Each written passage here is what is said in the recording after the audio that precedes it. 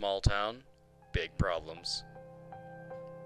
This story was submitted to Chilling Readings by Reddit user Fart Garfunkel. This story is to be read word for word in the most unbiased manner possible. When I was 15 years old, my parents decided to move to a new town called Chandler. I wasn't fond of this decision. In fact, I was highly against it. I didn't want to leave my only friends behind, only to move to a dumpy town with such a dumb name. But it seemed I had no choice as my father had to get a new job.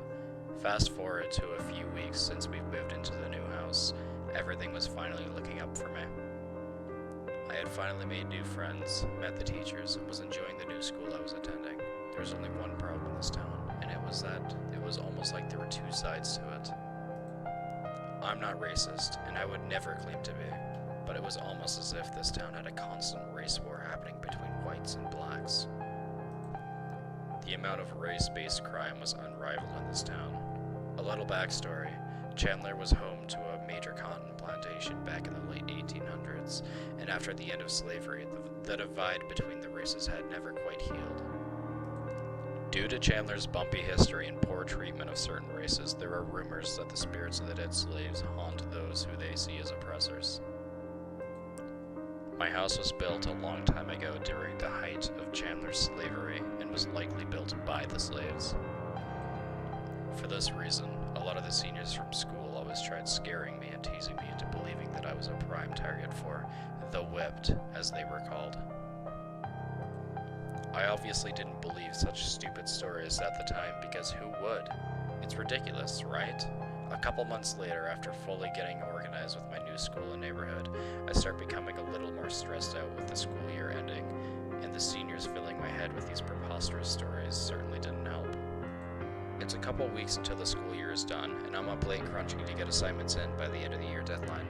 With my brain fried and my body tired, I drag myself into bed, wishing all of the assignments would just go away.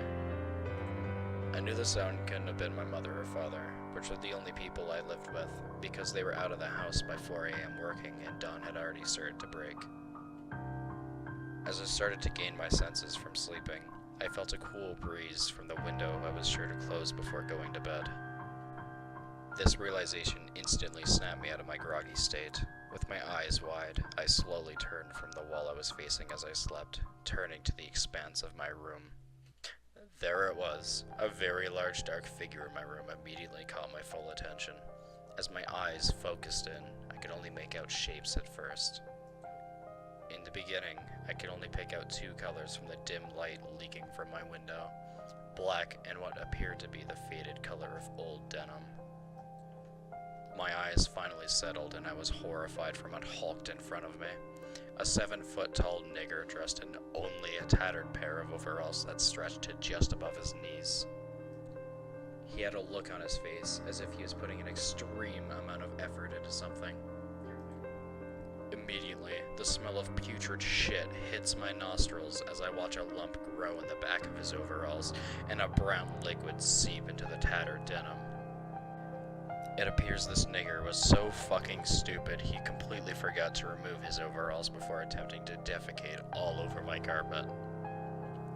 He made a sound that turned my blood cold. This sound could only be described as an autistic child being tossed into a wood chipper.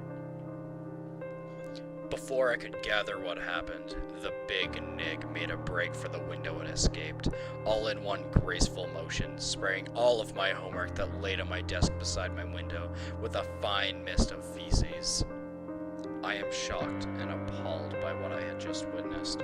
My heart races as I lay in bed in shock. I chuckle. As weird as it is, all I can think of in the situation is nigga's gonna nig.